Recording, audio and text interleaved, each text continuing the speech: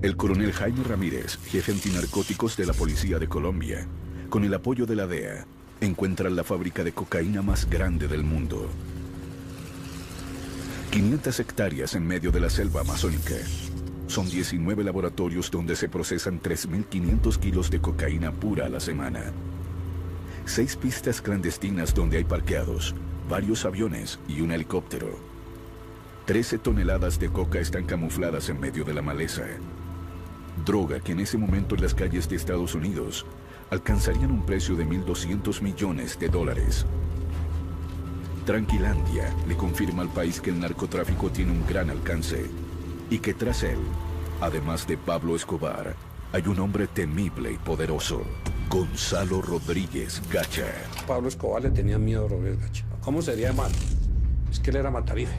Creyó que todo el mundo era un cerdito que estaba matando, una vaca o, como decimos nosotros en nuestro argot, sin agüero.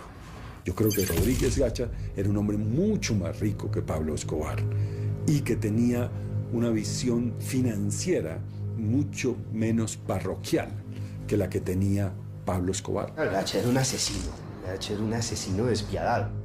Fue el socio violento que necesitaba Pablo Escobar para desatar toda esa etapa de narcoterrorismo que hubo en el país. Inclusive las cosas que ocurrieron en Bogotá por cuenta del narcotráfico eran de gente que estaba a las órdenes de Rodríguez Gacha.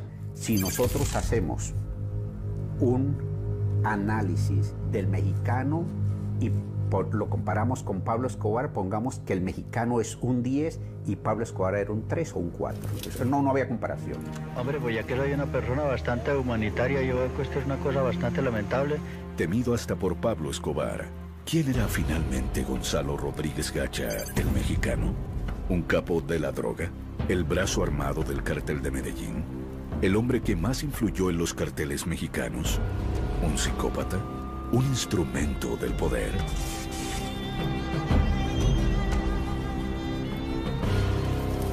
Primeros años.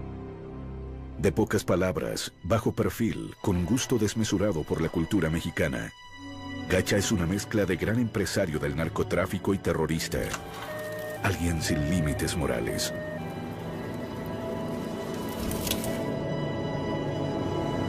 Nacido en una vereda de Pacho, Cundinamarca, Gacha se inclina desde muy joven por el delito. Lo que se puede saber es que nace en una familia humilde, de padres campesinos, y desde muy temprana edad comienza a dar señales de ser un muchacho muy vivo, que se roba la plata de la venta de los quesos de la familia y que quiere surgir, quiere salir de la pobreza. Apenas cumple la mayoría de edad, viaja a Bogotá, donde conoce al hombre que marcó su vida, Gilberto Molina, el gran zar de las minas de esmeraldas del occidente de Boyacá. Allí la guerra por las gemas está que arde desde hace más de una década y ha dejado casi 1000 muertes. Molina era el gran jefe de la zona minera. Le ha ganado la partida a los competidores por el control de las minas. Entra el contacto con las armas en el desarrollo de sus relaciones con la minería de las esmeraldas, que le va a permitir posesionarse, dado el carácter violento y su particular inclinación a resolver a través de las acciones definitivas, mortales, los conflictos que hay en el área minera. Intenta hacerse rico buscando esmeraldas, pero Gacha no quiere ser un subalterno. Quiere tener sus propias minas, su propia riqueza, su propio ejército. Y va a probar suerte a la costa atlántica, en plena bonanza de la marihuana. Son mediados de los años 70. Entre La Guajira y Santa Marta, la aduana de Colombia dice que hay 131 pistas clandestinas y puertos ilegales en los que se pueden cargar hasta 64 barcos con marihuana. La hierba viaja por el Caribe y llega hasta el sur de los Estados Unidos. Gacha trafica marihuana por poco tiempo. A Rodríguez Gacha nunca le gustó trabajar con marihuana porque era muy voluminoso el negocio y dejaba menos dividendos comparado con la cocaína. Muy pronto descubre que el gran negocio es exportar cocaína. Para entonces la pasta de cocaína viene de Perú y Bolivia y se refina de manera artesanal en el sur de Colombia.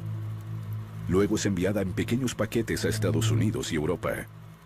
Yo creo que en principio el aporte de Gacha fue traer la semilla de la coca a Colombia y empezar a producir 3 y hasta 4 cosechas al año en este país sin depender del suministro de Perú y de Bolivia. Cuando ellos descubren la mina, de cómo un kilo de coca que valía aquí en ese tiempo $1.000 y en Miami valía 15 y en Nueva York 20 y en el Japón 100, se encontraron un banco emisor ahí, porque es pura plata. Traen la semilla, siembran el territorio, particularmente los llanos orientales, el Caquetá, el Meta, Casanare, siembran los territorios del país con hoja de coca, producen en los laboratorios, en las cocinas, el alcaloide, lo trasladan a través de las rutas comerciales y lo colocan en los mercados de consumidores, lo que hace que el precio de la coca tenga un control único por quien lo está produciendo. Gacha convierte una empresa artesanal en una industria. La industria de la cocaína va creciendo lentamente en los territorios olvidados por los gobiernos colombianos, a donde llegan en masa campesinos sin tierra. El gobierno de Estados Unidos ya ve este como un nuevo frente de guerra. En 1973, el presidente Richard Nixon ha creado la DEA. La guerra de Vietnam ha terminado y Estados Unidos enfoca sus esfuerzos en la nueva guerra contra las drogas que proviene de América Latina. La cocaína es la nueva moda de los bares en Nueva York, Los Ángeles y Miami. La demanda crece y los cultivos y laboratorios también. La cocaína está de moda en Estados Unidos. La revista Newsweek publica un artículo en portada que glamoriza el uso de la cocaína. Dice que es como tomar vino. Eso hay que entenderlo para poder comprender por qué el cartel de Medellín, y en este caso Rodríguez Gacha, se vuelven muy poderosos. Porque hay una gigantesca nariz abierta en Estados Unidos consumiendo toneladas de cocaína o fumándose grandes hectáreas de marihuana. Guerra contra el Estado. En Colombia, uno de los primeros en entender el desafío que significaban los narcotraficantes fue el coronel Jaime Ramírez, un hombre valiente que se niega a aceptar que Colombia caiga en manos de ilegales. Ramírez está tras la huella de Verónica Rivera, la llamada reina de la coca, quien es la que conecta a Rodríguez Gacha con los que serían sus socios por el resto de su vida.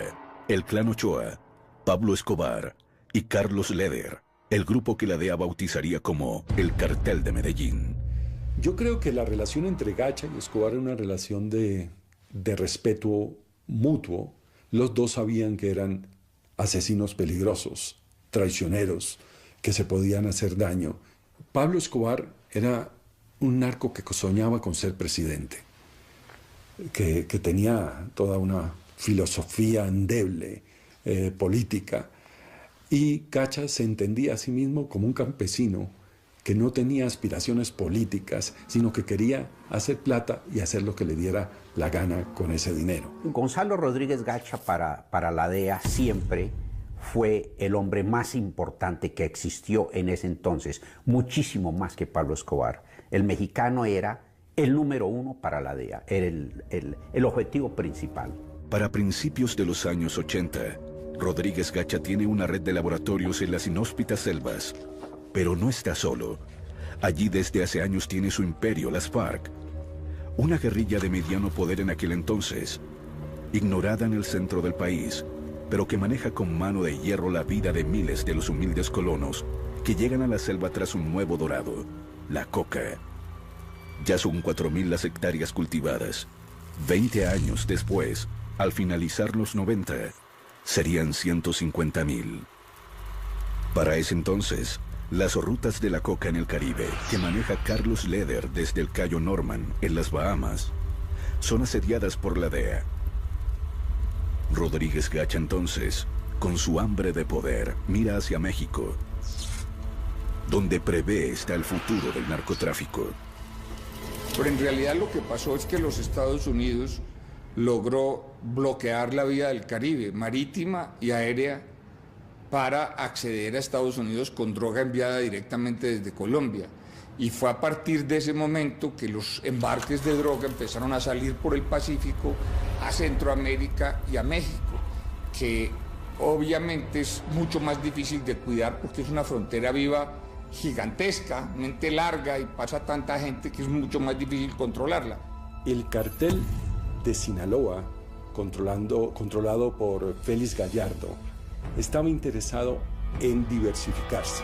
Ellos dependían, a mediados de los 80, dependían mucho de la marihuana, pero no tenían un suministro constante de cocaína y tenían toda esta frontera inmensa con Estados Unidos para pasar la droga. Y hace el contacto con el Chapo Guzmán. El Chapo Guzmán es empleado de Félix Gallardo y ahí se comienza esta relación que lleva a Rodríguez Gacha a tener pistas, a comprar pistas en la frontera de México y Estados Unidos y trabajar con un promedio de 50-50 con los narcotraficantes mexicanos. Rodríguez Gacha hace el mejor negocio de su vida, lo que lo catapulta a ser un poderoso narcotraficante. México le causa gran impacto y termina convirtiéndose en un mexicano más. Siempre se ha dicho que él, el primer negocio que hizo grande, lo coronó por un puerto que se llama Mazatlán en México, y que a raíz de eso fue que él le cogió tanto amor a la cultura mexicana, y todas las propiedades de él llevaban nombres mexicanos. Los caballos tenían el nombre mexicano, en la finca tenía 200 sombreros de colección de alto costo, en unos están, me dicen que inclusive muchos cantantes famosos vinieron a compartir con él. El negocio está disparado. Los miembros del cartel de Medellín, incluido Rodríguez Gacha, posan de benefactores del país. Incluso Gacha reparte dinero a las víctimas del terremoto de Popayán. Pablo Escobar se lanza a la política y Carlos Leder da discursos nacionalistas en la plaza pública. La economía tolera los dineros mal habidos y la sociedad convive con los narcos como si fuera una nueva clase social emergente. Él tenía muchas propiedades y daba mucho empleo, había mucha gente que dependía económicamente de él. Lo de la capilla del municipio, él también colabora mucho en la reconstrucción de lo que hoy en día es la parroquia San Antonio de Padua económicamente. Él era una persona que colaboraba mucho con la gente, que era muy generosa y la gente lo seguía indiferentemente pues, de las actividades que después se supieron que él tenía. El hecho de que aquí haya tenido ese auge y haya tenido además esa aceptación social tiene que ver tanto con el debilitamiento del Estado como con el hecho de que esos sectores del narcotráfico financiaban también pues, industrias muy populares entre las personas, como el fútbol, cosas que finalmente representan parte de las expresiones populares de las personas.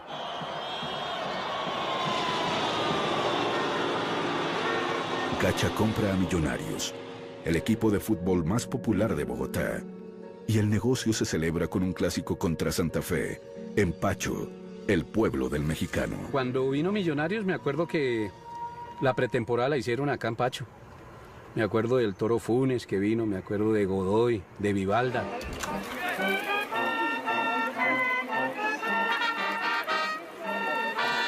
En la cancha estaba todo el pueblo de Pacho.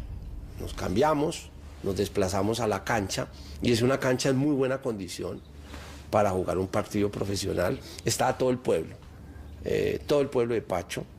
Estaban las autoridades locales, el alcalde, estaba el policía, el jefe de policía.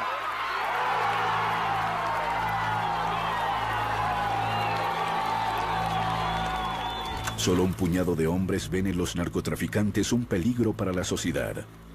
Luis Carlos Galán ha creado el nuevo liberalismo y uno de sus líderes más importantes, Rodrigo Lara Bonilla, entiende la amenaza que significa esta naciente mafia. Es tan extremo que si usted observa las casas en el país, va a encontrar que los colombianos han tenido que volver cárceles sus casas. Lara y Galán saben que no se trata solo de dinero y corrupción. Ven el potencial violento de los carteles. Claro, porque inmediatamente pues detectó algo que era muy visible, que era muy notorio, y fue pues la infiltración del narcotráfico en el fútbol, digamos, como una forma primero de lavar dinero y como una forma también para ellos de montar una industria. En ese entonces, naturalmente, salieron defensores de los equipos, defensores de esas estructuras mafiosas, a decir que era un loco, que cómo podía acusar al fútbol colombiano, un juego del pueblo, de estar infiltrado por el narcotráfico. En 1982, Lara Bonilla se convierte en el ministro de Justicia del gobierno de Belisario Betancur, y desde allí empieza su combate al narcotráfico de la mano del coronel Jaime Ramírez. Jaime Ramírez se convirtió en la mano derecha tanto del embajador como del representante de la DEA, y son ellos los que después fraguan la relación con la persona que necesitaban en ese momento en el gobierno, que era Lara Bonilla. Lara, apoyado por la información que Ramírez le brinda primero, denuncia la presencia de narcotraficantes en el fútbol. Luego pone sus ojos en los aeropuertos. Se da cuenta de que los cielos están siendo surcados por centenares de aeronaves cargadas de droga e inmoviliza a 150 de ellas. Bueno, básicamente el cartel de Medellín tenía una flota aérea al servicio del narcotráfico, contada con la complicidad de la aeronáutica civil para las licencias de los aviones. En ese momento, el ministro Lara Bonilla, con la ayuda del coronel Ramírez, decide hacer una revisión exhaustiva de quiénes están detrás de estas avionetas, helicópteros y aviones del cartel de Medellín. Y él se sorprendió muchísimo, dijo, bueno, pero ¿cómo es posible que el narcotráfico hoy esté utilizando aeronaves? Porque es que una aeronave necesita de un permiso oficial, necesita de una matrícula, necesita aterrizar en pistas. ¿Qué está pasando en el país? ¿Qué está pasando con nuestras autoridades? Entonces les aterrizan los aviones, cosa que naturalmente al narcotráfico le duele muchísimo porque empieza a dificultarle su tarea. En una sociedad permisiva con los narcotraficantes, que banaliza su influencia en la política y en la economía, Lara y Rodríguez se convierten en verdaderos obstáculos para Gacha y el resto del cartel de Medellín. Intentan sacarlos del camino a como dé lugar. Lara es citado a un debate de control político, y antes de él mostrar las pruebas que tiene de que Pablo Escobar es un narcotraficante agazapado en la política, recibe un golpe bajo. Y tan pronto llega al Senado se da cuenta de que él lo citan a debate, él no sabía por qué. Lo único que sí le pareció extraño es que lo estaba citando Alberto Santofimio Botero, Jairo Ortega, cuyo suplente era el señor Pablo Escobar, y el debate era un supuesto cheque de un señor narco llamado Evaristo Porras. Él se sorprendió y dijo, ¿pero cheque de qué? Y él dijo, pero yo no entiendo. Primero, esto es un cheque supuestamente dirigido a mi nombre y endosado, pero ¿cómo voy yo a endosar un cheque con un número de cédula mal? No es mi número de cédula. Yo creo que fue un complot, mire. Yo no tengo la menor duda que fue una trampa que le pusieron a Rodrigo. Trataron de derrumbarlo, no solamente los narcos, sus adversarios políticos, porque era un hombre políticamente muy vehemente. Y tenía, pues era una carrera muy promisoria. Se trata de una escalada del narcotráfico que hoy busca la salida de un ministro del gabinete porque lo considera... Es un golpe demoledor para Lara, fraguado por el cartel de Medellín para desprestigiarlo. Su partido le abre una investigación ética. Eso era increíble. O sea, y quedó de investigador a investigado, se transformó y él perdió esa batalla. Él se sentía que lo dejaron solo, los Galán, Luis Carlos Galán lo dejó solo, todos. Sin embargo, la lucha sigue. Lara con Ramírez y la DEA se preparan para demostrarle al país que el narcotráfico es mucho más peligroso de lo que se piensa. Hay que tener en cuenta que teníamos aquí en Colombia un embajador muy cercano al presidente Ronald Reagan, un soldado de Reagan, es Lewis Tams, y él llega con una obsesión a Colombia, que es quién produce los precursores para procesar la cocaína. Y se da cuenta que en el mundo hay solamente 7 empresas. Y se da cuenta que el 90% del éter que entra a Colombia se usa para el procesamiento de cocaína. La DEA está dispuesta a seguir la ruta del éter para encontrar los laboratorios donde se produce esta industrialmente. Estos señores le ponen a las canecas de éter unos beepers con unas antenas que van camufladas en la parte exterior de las canecas. Son 3 beepers. El cargamento sale de New Orleans, llega a la finca Veracruz, propiedad de los Ochoa, y de ahí sale a el sur de Colombia, a Caquetá. Tras la pista del éter, la policía hace una operación a la que no asiste Ramírez y se hace un decomiso gigante en las selvas del Yarí, 1,5 toneladas. Pero algo extraño ocurre al día siguiente. Resulta que a un tío mío se le acercaron unos oficiales de la policía y le dijeron que unos señores les habían pedido que le dijeran a mi papá que sacara a su gente de allá y que le ofrecían lo que él quisiera. Entonces él sospechó. El hecho que intentaran sobornar a Ramírez fue un indicio para Ramírez de que quedaba más droga por incautar. Entonces él se fue para allá en un helicóptero pequeño con un piloto y un escolta y aterrizaron, y hasta ese momento fue la cantidad de droga, cocaína pura, más grande que se había cogido en Colombia, y él empezaba a ver que había muchos más laboratorios, que lo que pasa es que estaban camuflados entre la selva. Yo creo que Tranquilandia es el comienzo de todo, y es el comienzo de la gran tragedia nacional que hemos vivido en los últimos 30 años. O sea, ahí arrancan los grandes problemas del país. El gigante complejo industrial de cocaína se llama Tranquilandia, pues los narcotraficantes jamás pensaron que sería descubierto. Tranquilandia permite conocer por primera vez a Gacha, un hombre tan poderoso como Pablo Escobar en el cartel de Medellín. Y entre el 78 y el 82, ¿qué ocurrió? Que narcos que antes eran artesanos de la cocaína se volvieron tal vez los hombres o hacían parte del club de hombres más ricos del mundo. Y naturalmente estas personas, con esa concentración de poder, dan el salto siguiente, y es tratar de convertir a Colombia en una narcodemocracia. Días después del ataque a Tranquilandia, Lara Bonilla se reúne con su hermana en Neiva y le dice: no se puede imaginar el nivel de filtración que tienen los carteles en la política en este país. Digamos, llega y hace un allanamiento a la gerencia de este complejo, pues se encontró con una contabilidad, y según contaba él, lo que encontró en Tranquilandia estremecería al país. La guerra del narcotráfico apenas comienza. Yo creo que en ese momento de Tranquilandia el país estaba acostado con el enemigo. El hallazgo de Tranquilandia deja enfurecidos a los miembros del cartel de Medellín, pero especialmente a Rodríguez Gacha, quien empieza laboriosamente a organizar el atentado contra Lara Bonilla. Él citó un día al coronel Ramírez. Dijo: coronel, tengo información muy seria de que hay un plan para asesinarme.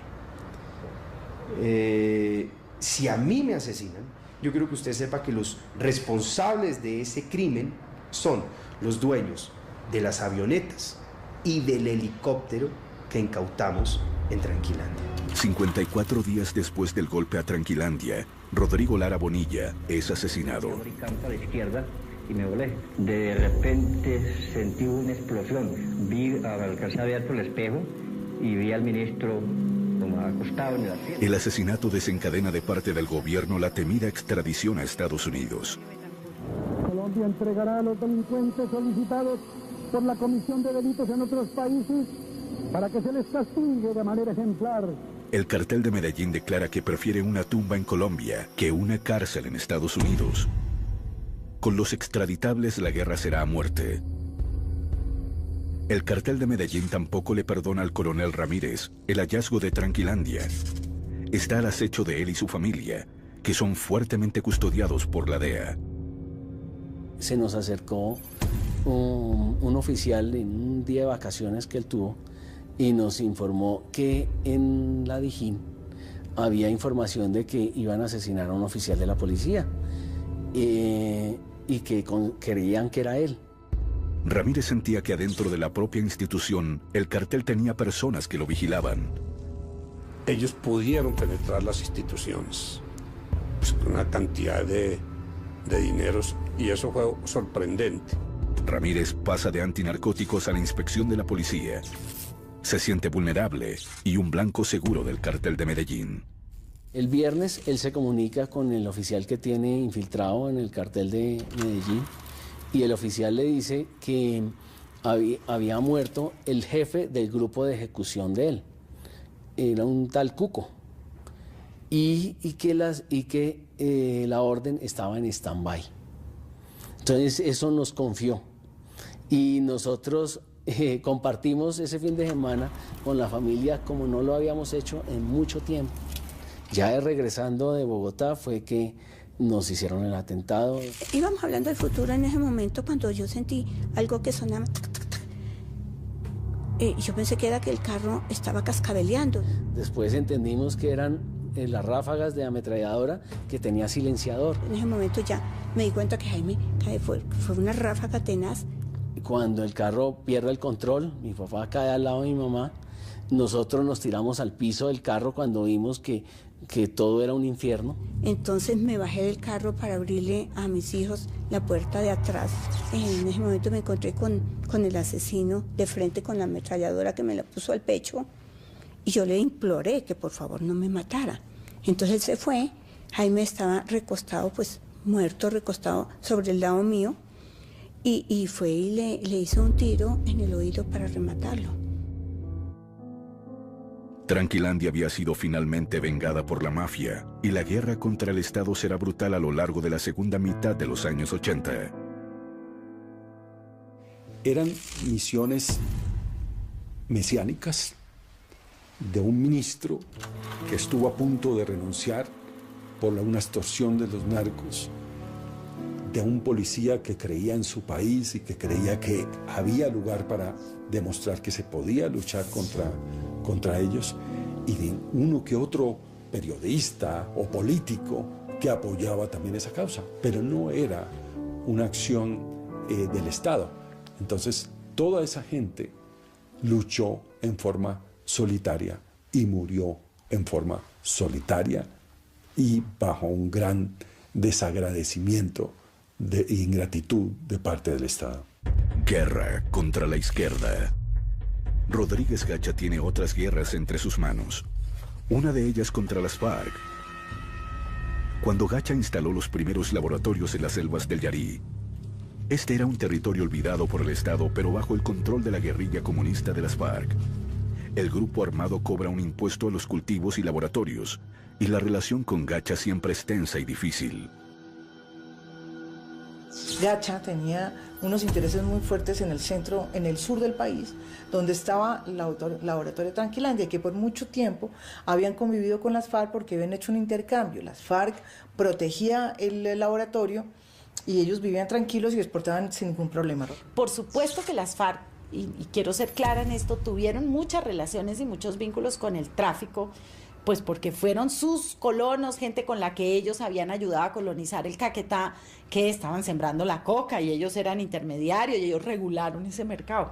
Pero ellos no estaban de socios en el laboratorio y exportando cocaína, que era por lo menos no en ese momento. Primero cobraban impuesto, pero empezaron a ver que eso era bueno, empezaron a cobrar impuesto por cultivos.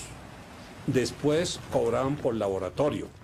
Ese fue un curso de ascenso, después por kilo y después ya hicieron contactos internacionales. En el Magdalena Medio, donde Gacha se ha hecho a las mejores tierras, y allí la guerrilla también acosa con la extorsión y el secuestro. En 1981, la guerrilla del M-19 secuestra a la hermana de uno de los miembros del cartel de Medellín, Marta Nieves Ochoa. El cartel funda un grupo paramilitar en Puerto Boyacá, donde Gacha ha comprado inmensas tierras. El MAS, muerte a secuestradores. Así comienza una de las etapas más nefastas de la historia reciente de Colombia, la de las masacres y el exterminio. Cuando la devuelven, la devuelven como a los 90 días, ese MAS originario se disuelve, pero el nombre MAS se convierte en una especie de franquicia o de nombre fácil para que cualquiera que quisiera asesinar gente que tuviera que ver con guerrillas o incluso con la izquierda solamente pudieran asesinar. Gacha financió Muerte a los Secuestradores, que fue una primera célula de estos grupos paramilitares. Fue el paso entre digamos, en la historia del paramilitarismo, estos escuadrones de la muerte encubiertos en los que eran miembros del ejército directamente los que se hacían pasar como escuadrones de la muerte, fue el paso de ese tipo de estrategia a una estrategia en la cual se vinculaban campesinos, sectores rurales, a pequeños grupos y estructuras que se terminaron convirtiendo después en un ejército, las Autodefensas Unidas de Colombia. Pero bueno, Gacha hizo parte de todo ese proceso. El mexicano intenta hacer acuerdos con las FARC, pero no lo logra. Por el contrario, estos atacan algunos de sus laboratorios. Jacobo siempre se opuso al narcotráfico. A él no le importaba que se cobrara el famoso gramaje, que era este impuesto que se cobraba por la coca, pero lo que sí estaba totalmente en contra era que se entrara en el negocio, que las FARC se metiera. Aunque las FARC están en medio de un proceso de paz y en un cese del fuego con el gobierno, las hostilidades con la gente de Gacha son frecuentes, tanto en los llanos como en el Magdalena Medio, donde se ha convertido en un gran terrateniente. Pero allá es diferente a las selvas del Yarí. En el Magdalena Medio están en juego grandes haciendas ganaderas, riqueza y el poder político de sus aliados. Los ganaderos en particular están agobiados con las extorsiones y secuestros de las FARC, y con el apoyo del batallón Bárbula del ejército, crean una autodefensa, una figura que era legal en Colombia desde 1968. Y a la que acudieron también los esmeralderos y todos aquellos que tenían negocios en lugares apartados del país. Entonces él se dedica a ser el gran financiero de Puerto Boyacá. Y allá crean lo que se llamó el modelo de Puerto Boyacá, que es un modelo en donde el paramilitarismo ocupa todos los espacios e intermedia toda la vida política, civil, militar, electoral, toda, y se instala en una zona donde ya prácticamente hay una paz, pero es una paz de los sepulcros. Puerto Boyacá se convirtió en un sitio en el cual todo el Estado local, las fuerzas militares estaban puestas al servicio de construir las estructuras paramilitares, y allí se hicieron esas famosas sesiones de entrenamiento con los mercenarios británicos y los israelíes, que fueron traídos al parecer por el alto mando militar y por prestigiosos políticos y también dirigentes del gremio ganadero a Colombia.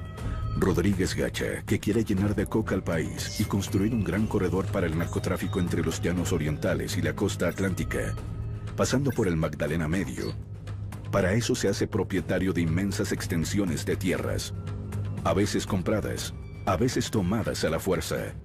Empieza a construir su gran ejército paramilitar y compra armas en el mercado negro. Quiere doblegar a las FARC y, de paso, a todos quienes simpatizan con ellas. Eso tampoco pues es que fuera propiamente una cosa ideológica, no. Eso era para defender las tierras que ellos, donde lograban expulsar las FARC y expulsaban las FARC, y si tenían que matar los campesinos porque supuestamente eran colaboradores, los mataban. Entonces ese cuento de que eso era para defender... para defendernos del comunismo y eso es un cuento, era para defender sus intereses. Y ahí se mostraba él cómo era, o sea, ¿quién era? Un señor conservador que decía que él estaba mamado, que la guerrilla estuviera agarrando mejor dicho, que estaba asesinando a todo el mundo, y que él decidió hacer un ejército privado para defenderse porque aquí nadie lo defendía. Lo que tenía Rodríguez Gacha era que tenía muy buena penetración con los militares, con la policía, con el DAS, es que manejaba todo en una zona donde era pues fundamental para poder producir y sacar el narcotráfico. En medio del proceso de paz que estaba en curso, las FARC empiezan a hacer política a través de la Unión Patriótica. En 1986 ganan numerosos escaños al Consejo, a las diputaciones y al Congreso. Su fuerza electoral está en las zonas donde Gacha aspira a construir un gran corredor de droga, entre los llanos orientales y la costa atlántica. Entonces, comienza el exterminio de la UP. Efectivamente, Gacha aparece como autor y como determinador de varios de los principales asesinatos y magnicidios que se cometieron en las primeras salidas públicas de la Unión Patriótica, en elecciones y también en los procesos que se estaban estructurando en las regiones del país. Entre 1986 y 1989, la guerra sucia contra la Unión Patriótica es devastadora. Masacres como la de Segovia se hacen para golpear a sus bases sociales. Son asesinados 9 de sus congresistas y cientos de concejales. Gacha entiende que cualquier proceso que permita entrar en la vida civil a guerrilleros, como es el de la UP, va a crearle a él un enemigo ya dentro del mundo lícito, y entiende que hay que eliminarlos a todos, y financia esa campaña terrible de asesinato de 3.000 militantes de la Unión Patriótica.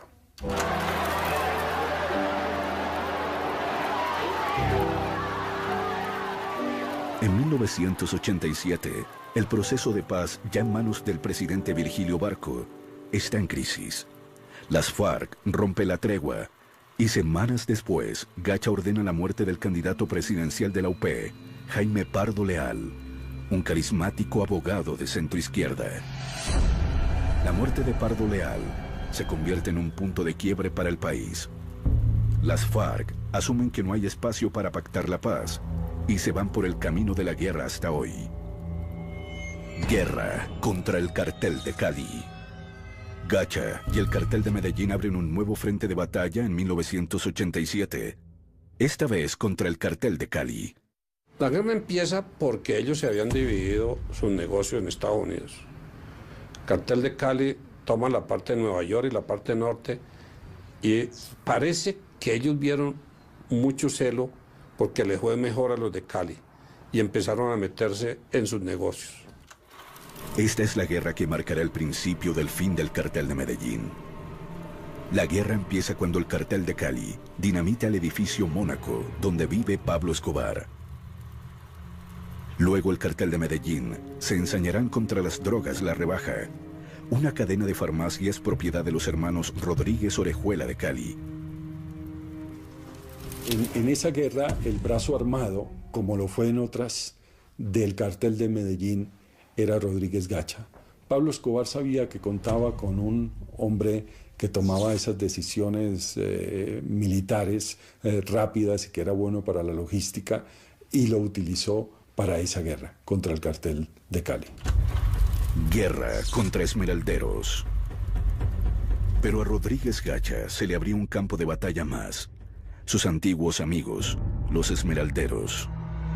Rodríguez Gacha soñaba con crear un corredor que le permitiera sacar la droga por los llanos orientales hacia las costas, y para eso tenía que pasar por el terreno de Víctor Carranza, el gran zar de las esmeraldas.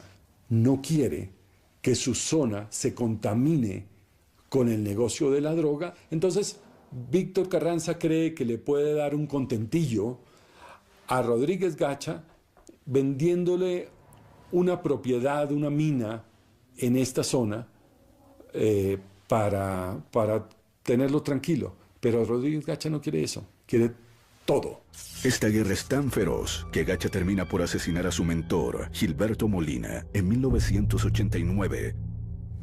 Una masacre en Sasaima donde mueren 20 personas, además del hombre que le enseñó a Gacha el poder de las armas.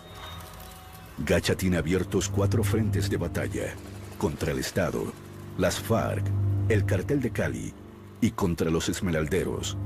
Necesita hombres, entrenamiento y armas. Es así como Gacha consigue que vengan hasta el Magdalena Medio por lo menos 2 misiones de mercenarios extranjeros, de Israel y de Gran Bretaña. Antes de que los mercenarios israelíes llegaran a Colombia, Gacha tuvo contacto con mercenarios británicos que le ofrecieron volar en pedazos Casa Verde, el sitio, el epicentro de las FARC. Sobre los israelíes hay mucha controversia. Yair Klein, un ex oficial del ejército de Israel, llegó con otros oficiales en retiro de su país. Según sus propias versiones, recibieron $75,000 por entrenar a 3 grupos de 30 personas en el Magdalena Medio, en una de las fincas del mexicano. Yair Klein dice que él no sabía que Rodríguez Gacha era un narcotraficante, sino que era un empresario ganadero y agricultor de la región. Esa es una versión muy difícil de creer. Meses después de que Klein y sus hombres entrenaran a los paramilitares del Magdalena Medio, se produjo una ola de masacres como jamás las había visto Colombia. En esa escuela, la escuela de Jair Klein, si uno toma la lista de los alumnos, se da cuenta que fueron los grandes asesinos y autores de las peores masacres que ha visto la historia de Colombia. La manera como les enseñaron a todos el uso de los explosivos, la manera de matar gente sin necesidad de enterrarla, agilizaba las masacres. O sea, les enseñaron unas técnicas impresionantes para matar más rápido. ¿Dónde están las tumbas de las masacres colectivas? ¿Dónde están los nombres de los que fueron arrojados a los ríos? De los que fueron consumidos en fosos de caimanes y de cocodrilos que se construyeron para eso. Es decir, el imaginario de la criminalidad narco-paramilitar y narcoterrorista es absolutamente para espantar, para llenar de terror, porque ese era el propósito, construir el terror y gobernar y controlar el territorio desde el terror, administrando económicamente el miedo. En ese momento Colombia se suma en el periodo más aterrador de su historia. Los narcotraficantes tienen dinero, muchas armas, redes de cómplices en todos lados y ningún escrúpulo para matar. No solo han matado a Lara, sino a Lou Murtra, al procurador Carlos Mauro Hoyos, y vuelan la sede del DAS, que alberga a uno de sus archienemigos, el general Maza Márquez, a quien acusan de estar trabajando de la mano del Cartel de Cali. La mafia de Cali quiere evitar un golpe mortal contra sus familias y para ello necesitan infiltrar al Cartel de Medellín. Necesitan la cabeza de Gacha. El Cartel de Cali diseña una estrategia demoledora de infiltración del Cartel de Medellín, en el marco del cual aparece Jorge Velázquez, el navegante. El Cartel de Cali sabe que Rodríguez Gacha o cualquiera otro de los narcotraficantes del Cartel de Medellín, tarde o temprano, iba a buscar la ayuda del navegante. Y el navegante empieza a reportar al DAS y al Cartel de Cali todas las acciones de acercamiento a Rodríguez Gacha. Velázquez se gana la confianza de Gacha. Le hace viajes con droga. En varias ocasiones es citado a Pacho por el mexicano. Nadie sospecha que se trata de un informante. Gacha necesitaba armas y le pide a Jair Klein que le solucione ese problema. Y para ello, Rodríguez Gacha le presenta a Klein a Jorge Velázquez, el navegante. Son 2.000 fusiles, muchos de los cuales serán encontrados después en las propiedades de Gacha. Después se hizo un seguimiento del serial de una de las armas y se logró establecer que fue la que se usó para el asesinato del candidato Luis Carlos Galán. Rueda Rocha, que es el asesino de Galán, el asesino, el que puso el que está involucrado en todos estos atentados, era un hombre de Jacopí, era un muchacho de Jacopí, y Jacopí era zona de Gacha. A Luis Carlos Galán lo matan porque ellos creen que les va a voltear la torta. O sea, ellos tenían muchísima gente en el Congreso. Y ellos sentían que Luis Carlos Galán era esa parte de esa política que no iba a negociar con ellos.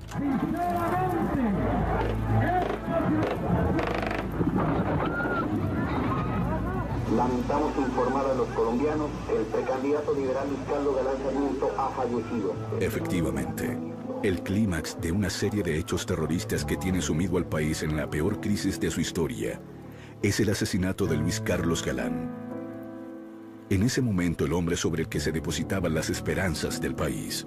Durante el año 89 y parte del año 90, y todo el gobierno del presidente Barco y parte del de Betancur, fue una batalla por la supervivencia de la democracia. Cuando a una campaña a uno le matan la mitad de los candidatos presidenciales, entonces uno dice, ¿qué hubieran hecho? No, pues ojalá hubiéramos tenido más justicia y hubiéramos podido tener más justicia de la que teníamos en ese momento. El problema verdadero era ese, que no teníamos suficiente justicia para encarar estos personajes y que había complicidades en la sociedad. Es a César Gaviria quien le corresponde reemplazar a Galán como candidato a la presidencia por el Partido Liberal. Sobre él también se ciñe la amenaza de la muerte. El 27 de noviembre de 1989, Él debe tomar un avión de Avianca de Bogotá a Cali. El avión estalla en el aire. Gaviria no iba en él. Pero 107 personas vuelan en 1000 pedazos. La guerra ya es demencial. Sí es verdad que en ese avión iba a viajar mi seguridad. Y el vuelo se movió para 2 horas antes. Y yo la semana anterior o 2 semanas antes había tomado la decisión de no montar más en avión comercial por una razón que creo que es fácilmente comprensible.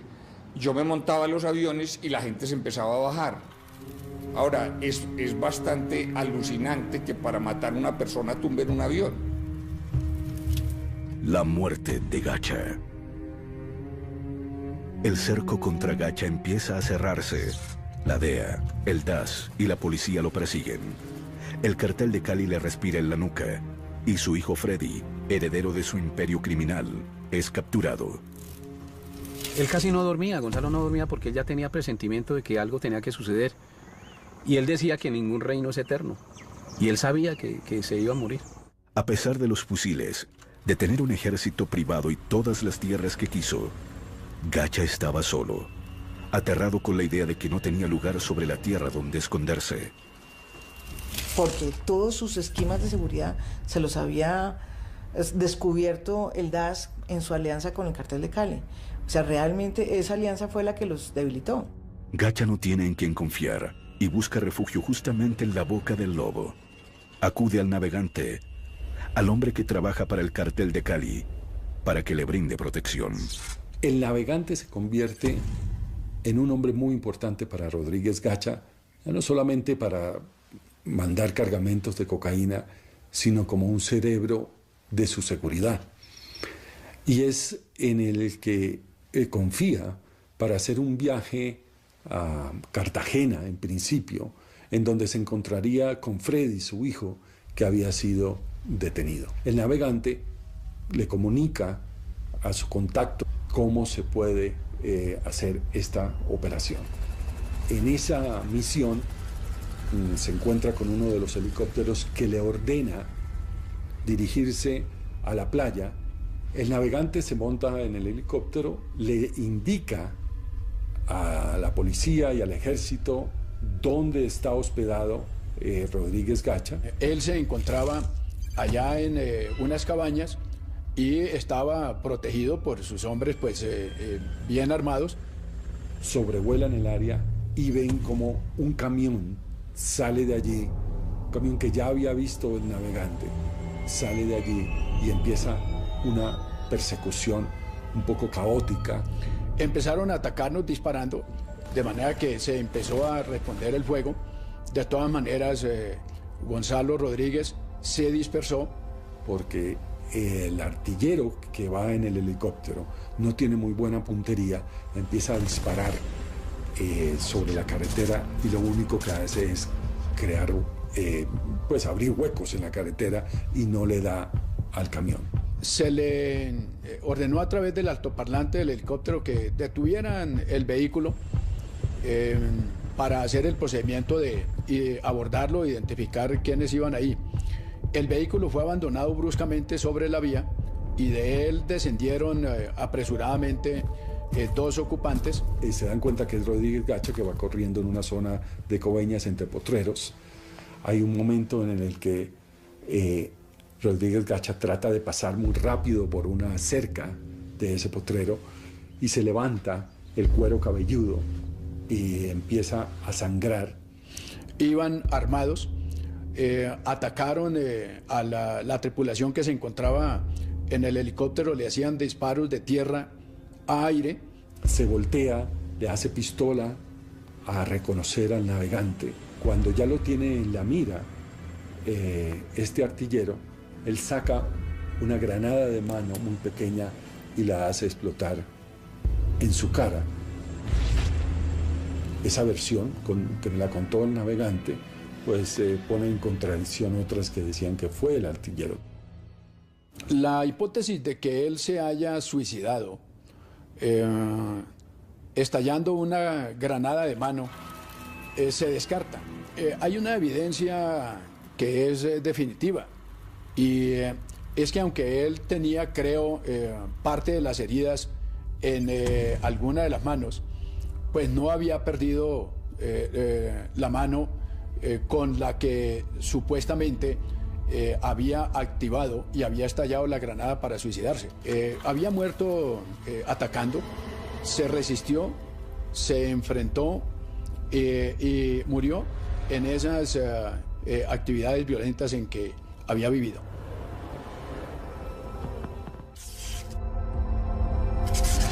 Gonzalo Rodríguez Gacha murió el 15 de diciembre de 1989, a sus 42 años.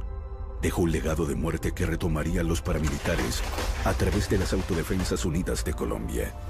Gacha y su herencia de muerte. Sus víctimas se cuentan por miles y Colombia no logra todavía entender por qué produce personajes como Gacha, ni por qué el narcotráfico ha sido tan persistente. Yo tengo la teoría que todos estos personajes fueron producto de las circunstancias. Yo he entrevistado a muchos de estos paramilitares, narcotraficantes, y yo siento que es gente que donde les tocó vivir en un país donde se normalizó matar, se normalizó hacer unas maldades terribles, y que quizás si esa misma persona nace en otra circunstancia, jamás se le ocurre volverse un monstruo, ni un asesino, ni un psicópata. La estela de muertes, de víctimas, de viudas, de huérfanos, de desaparecidos, de despedazados, de triturados por la maquinaria criminal de Gacha, es absolutamente imponderable. Crímenes atroces que no podrían ser perdonados en ningún tribunal de ninguna naturaleza por el daño que le hicieron al país. No creo que ni Gacha, ni Escobar, ni los Castaño, ni tantos otros fueron individuos que lograron erigir carteles e imperios del crimen organizado sin contar con un inmenso apoyo e incluso con una dirección del poder político. Por supuesto que los socios políticos del cartel de Medellín llegaron a gobernar este país y siguen vigentes políticamente. Pero entonces yo no creo que hayan ganado. Eso es un combate y una lucha que nunca termina. Pues como dijo algún escritor colombiano, en Colombia la política ha corrompido el narcotráfico. Memoria dolorosa. La muerte de Gacha llenó de alivio a muchos y debilitó el cartel de Medellín. Sin embargo, ni su muerte ni la de Pablo Escobar han significado el fin del narcotráfico. De hecho, México, el país que Gacha siempre quiso imitar, paradójicamente parece imitar su sed de sangre. Cuando uno mira tantos años de lucha, tantos muertos, para algo que no ha producido mayores efectos, sobre todo en Estados Unidos, o sea, no han reducido el consumo, sigue siendo un negocio gigantesco, hay más de 500 000 de personas en la cárcel. Entonces uno sí se pregunta si ese esfuerzo descomunal que ha hecho Colombia o que está haciendo México o Centroamérica, pues sí son la política correcta, pero ha sido muy ineficaz. El problema del narcotráfico ni se ha resuelto ni se ha reducido y empieza a verse como una política que fracasó. Es que la industria del narcotráfico se transformó. Ya no es la industria del narcotráfico de los viejos cártel, ni de los grupos de traquetos, ni de los apodados como Cuchillo, Jabón, Los Gemelos. Hoy el narcotráfico es una empresa productiva de altísima confidencialidad, con una serie de personajes que juegan el papel de testaferros a prueba de toda duda, que son capaces de mover por los circuitos económicos convencionales la mercancía y lavar activos desde las bolsas de Nueva York, de Japón o desde cualquier parte del mundo. Los narcotraficantes siguen ahí, han estado siempre, desde que llegó el narcotráfico a Colombia ha habido vínculos de narcotraficantes con políticos, no solo de paramilitares, no solo del cartel de Medellín. Las FARC también tienen nexos muy establecidos con el narcotráfico y tienen nexos muy establecidos con políticos. Y es una fuente de financiación de políticos, una fuente de financiación infinita para políticos en las regiones, de dinero, de votos, que les sirve a los políticos de la región. Es que Estados Unidos tiene el sistema bancario que lava más dinero del narcotráfico. ¿Por qué nos vamos a quedar callados? Eso hay que decirlo también. Hay que decir que en Wall Street se mueve una gran cantidad de dinero que en forma directa e indirecta es del narcotráfico. ¿Cuántos banqueros norteamericanos están presos por lavado de dinero? Ninguno. A la clase dirigente norteamericana le está faltando coraje para discutir este tema. Hay países que nunca irán a permitir que se realice la droga. ¿Qué pasó? Que desde que dividimos los temas empezamos a tirarnos la pelota el uno al otro. Entonces, usted es país productor, usted es país consumidor, usted lava dinero, usted produce precursores químicos. Pero es que si no hubiera coca no había consumo, esa es la más fácil. Pero Colombia sigue siendo un país en donde hay mucho narcotráfico, mucha producción de drogas ilegales, y tal vez la mejor forma de luchar contra el narcotráfico no sea una guerra frontal, sino sea básicamente reduciendo las rentas ilegales de este negocio. ¿Cómo? Nadie está hablando de legalizar la producción de cocaína, pero sí de repente de regular un mercado que produce unas rentas que si se le quitan generarían muchísimo menos violencia a las que hoy genera. La fortuna de Gonzalo Rodríguez Gacha pasó en buena medida al Estado, al que le tomó 25 años hacer la extinción de dominio. En algunas de sus fincas más exuberantes, viven hoy campesinos desplazados por la violencia. Después de mi mayoría de edad, me fui hacia la ciudad de Bogotá. Allá trabajé 9 años. Después de eso, me vine aquí vuelvo a mi tierra, a mi vereda, porque se estaba dando lo de la reforma agraria. Entonces me inscribo, salgo seleccionado y me dicen, sale tierra para ti.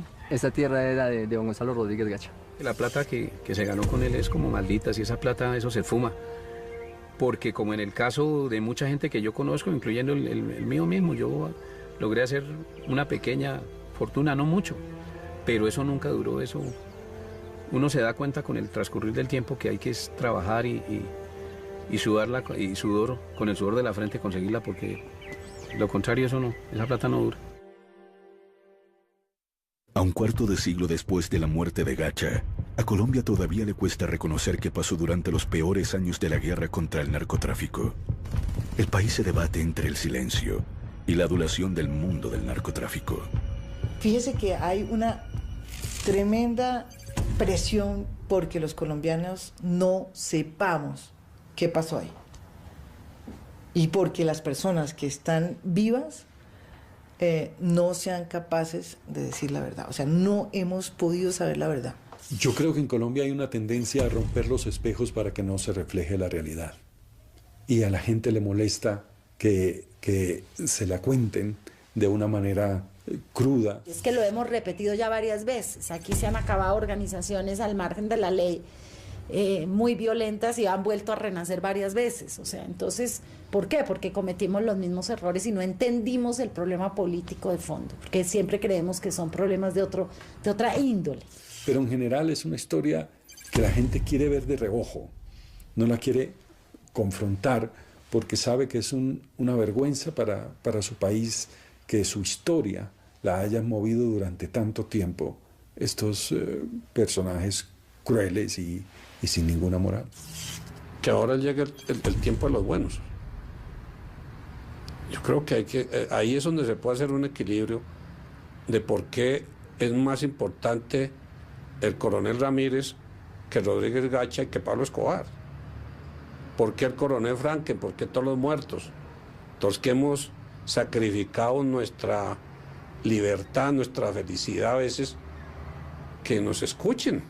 La vida de Gonzalo Rodríguez Gacha, el daño que hizo, las secuelas de sus crímenes, han inspirado una serie de televisión producida por Fox Internacional, basada en la investigación de Gerardo Reyes y los libretos de Mauricio Navas, Gustavo Salcedo y Catalina Palomino. El Rodríguez Gacha que yo escribí es un símbolo de una forma de pensar que estoy convencido todavía existe. La forma de pensar en la que valores como la lealtad, valores como el compromiso con la sociedad, el compromiso con la ley, el compromiso con las instituciones no existen. Existe solamente el interés personal de satisfacer mi capricho existencial momentáneo, ya sea que quiero ser rico, ya sea que quiero tener a 5 reinas de belleza, ya quiera que dominar un pueblo. Veo que nos vamos entendiendo. ¿Usted cómo se llama? Me llamo Gonzalo Rodríguez Gacha, patrón. Esta es una serie sobre aquellos personajes que le dijeron no al crimen, no al narcotráfico, no a la corrupción, no a Gacha. ¿Sabe qué es lo que más me aterra, Jaime? La tranquilidad de estos tipos. Es que este tipo tiene comprado medio mundo. Es la historia sobre todo de aquellas personas que luchan contra este flagelo del narcotráfico y que luchan en general contra todo lo que no sea correcto, contra la corrupción, contra la deshonestidad, ¿sí? Contra la riqueza fácil.